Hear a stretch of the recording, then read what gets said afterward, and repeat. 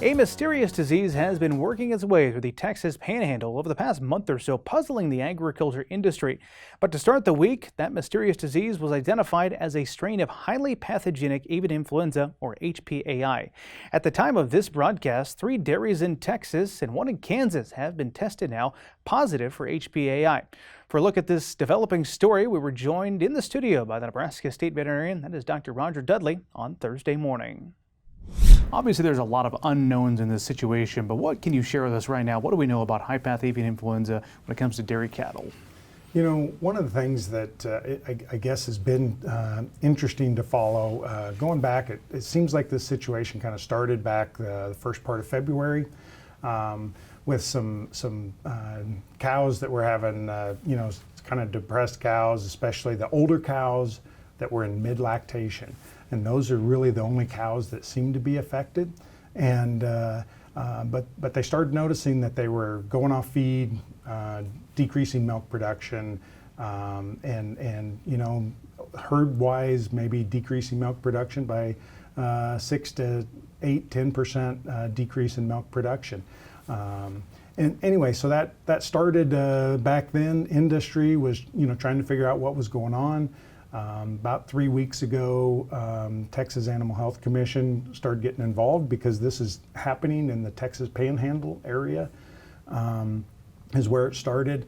And they were, trying to figure out what was going on. About 2 weeks ago, USDA got involved and was started working. And one thing that was noted is that they were seeing some dead birds on the farms. They were seeing some sick cats and dead cats because we've known they are susceptible to this virus. And so a test was done, and the preliminary results came back last weekend basically, and that yes, they were able to identify the same virus that is circulating in wild birds in the dairy cows, specifically in the milk of the affected cows, not the overall milk, and the milk that is produced and that from the affected cows has a very different consistency. It's much thicker and so forth, and so that milk is diverted from human consumption anyway. So, yeah. Well, I am obviously not a scientist, and it starts to show my lack of understanding of some of these issues. You talk about cats, how it's known that they are susceptible. Just from the name, though, highly pathogenic avian influenza. To me, I wouldn't have thought dairy cattle could be susceptible. On the science side of this, and as a veterinarian, is that something that you might have known in the industry that it is a possibility? So certainly, over the last 2 years, we've been dealing with this H5N1 highly pathogenic avian influenza. And the highly pathogenic avian influenza is called that because of what it does in poultry. In poultry, it is very deadly, and so the highly pathogenic means that there's lots of symptoms, they die rapidly, those types of things. It's an influenza virus, and most animals get influenza viruses, and so this virus, over the last 2 years, we've seen it in many mammals around the world have died from this virus. Most of those animals that have died, though, have been what we call kind of the predators. They're out, they're scavenging and finding dead birds or sick birds, eating those, and those are the ones that we think seem to be more likely to get sick from avian influenza. So this is a little bit of a transition. The cattle situation, we didn't really expect that because they are not predators. They're not eating birds.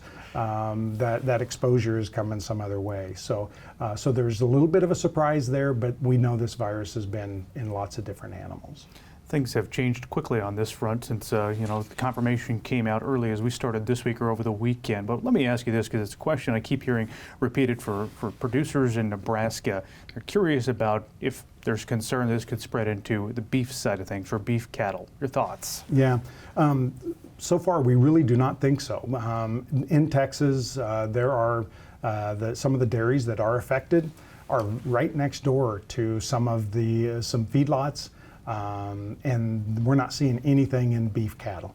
The other thing, even on the dairy farms, the baby calves that are drinking the milk, the replacement heifers, even the dry cows are not getting sick with this virus. So we really do not think that beef cattle at this point are at risk, although we certainly don't want to say that there's not a possibility.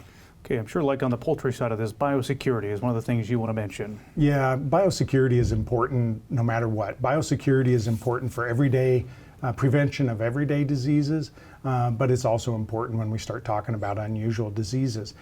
The thing that's a little different with this is because dairy cattle and cattle in general and most mammals we think are what we call dead-end hosts. They can get sick with the virus, but they're unlikely to spread the virus to other mammals or back to poultry. So biosecurity is important, but some of that biosecurity is more talking about bird control around, especially around the dairy farms and that type of thing. We all know controlling birds is a real challenge, but we also know that's how a lot of our poultry facilities have been infected is because of wild birds. So everything you can do to cover feed, cover water sources, preventing birds from coming around is important. I'm sure there's much more to come on this story, but I appreciate you joining us this week to share some insights. All right, thanks a lot.